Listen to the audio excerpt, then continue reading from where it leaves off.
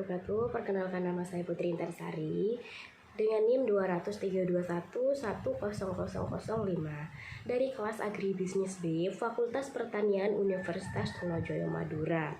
Di sini saya akan melakukan praktikum sintomatik atau penyakit pada tanaman. Sebelumnya, di sini saya akan menjelaskan sintomatik.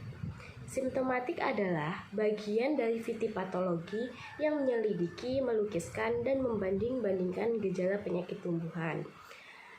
Adanya penyakit pada tanaman dapat diketahui melalui penampakan gejala atau simptom dan tanda atau SIG. Gejala atau simptom adalah ekspresi dari inang terhadap kondisi penyakit patologi, sehingga suatu penyakit tertentu dapat dibedakan dengan penyakit lain. Gejala selalu berubah dengan berkembangnya penyakit.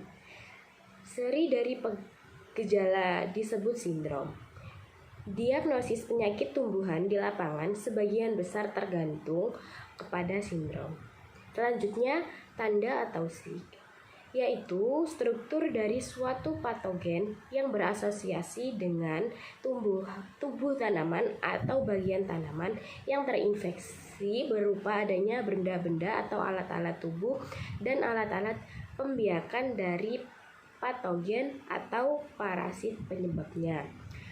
Beberapa tipe struktur patogen tidak harus selalu ada pada tanaman yang sakit, karena pembentukannya berdasarkan kondisi lingkungan. Kebanyakan tanda penyakit dapat dilihat dan dibedakan dengan bantuan mikroskop. Misalnya, tanda penyakit berupa miselium, spora tubuh buah jamur, dan sel atau lendir bakteri. Untuk tanaman pertama yaitu tanaman pisang. Secara umum, tanaman pisang dapat dibudidayakan hampir di seluruh daerah di Indonesia. Untuk keberhasilan usaha tani pisang sendiri, petani pisang perlu memperhatikan penyakit yang sangat berbahaya dan mematikan bagi tanaman pisang.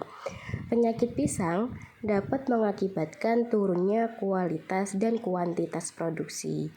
Salah satu penyakit utama pada pohon pisang yaitu layu fusarium atau bercak daun pisang disebabkan oleh jamur Mycosphaerella musicola. Daun yang terserang jamur ini akan terdapat bintik-bintik hitam. Semakin lama bintik hitam tersebut membesar dan melebar, membentuk noda kuning kecoklatan hingga hitam. Serangan yang parah, seluruh daun akan menguning dan mengering. Untuk pengendalian layu fusarium sendiri, yang pertama yaitu penggunaan bibit bebas penyakit, yaitu bibit yang diambil dari lahan yang diyakini benar-benar bebas dari penyakit layu fusarium. Yang kedua, melakukan pergiliran tanaman atau melakukan sanitasi lahan. Yang ketiga, menanam jenis pisang yang tahan terhadap penyakit layu fusarium. Yang keempat yaitu pemakaian Agnesia hayati. Yang kelima, jangan membawa atau memindahkan bahan tanaman pisang dari lokasi yang telah terserang. Selanjutnya, tanaman yang kedua yaitu tanaman singkong atau ubi kayu, yang merupakan salah satu tumbuhan yang cukup mudah untuk dibudidayakan dan mempunyai banyak manfaat. Di sisi lain, banyak juga yang menggunakan tumbuhan singkong ini sebagai bahan konsumsi pengganti makanan, karena dilihat bahwa tumbuhan singkong ini banyak mengandung karbohidrat. Gejala penyakit yang akan saya amati yaitu pada daun. Sebelumnya, daun singkong memiliki tangkai panjang, helaian daunnya menyerupai telapak tangan. Tiap tangkai mempunyai sekitar 3-8 lembar. Tepi daun rata dan susunan tulang daunnya menjari. Bentuk singkong bermacam-macam, namun kebanyakan berbentuk silinder atau meruncing. Penyakit yang menyerang daun singkong ini menunjukkan gejala nekrosis, yaitu merupakan gejala matinya sel atau sekumpulan sel yang terbatas pada jaringan tertentu, sehingga membentuk bercak atau noda spot yang berwarna putih, hitam, maupun berwarna kecoklat-coklatan.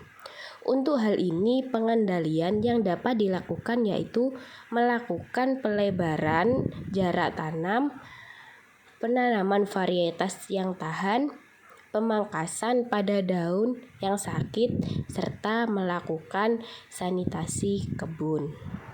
Sekian, terima kasih. Wassalamualaikum warahmatullahi wabarakatuh.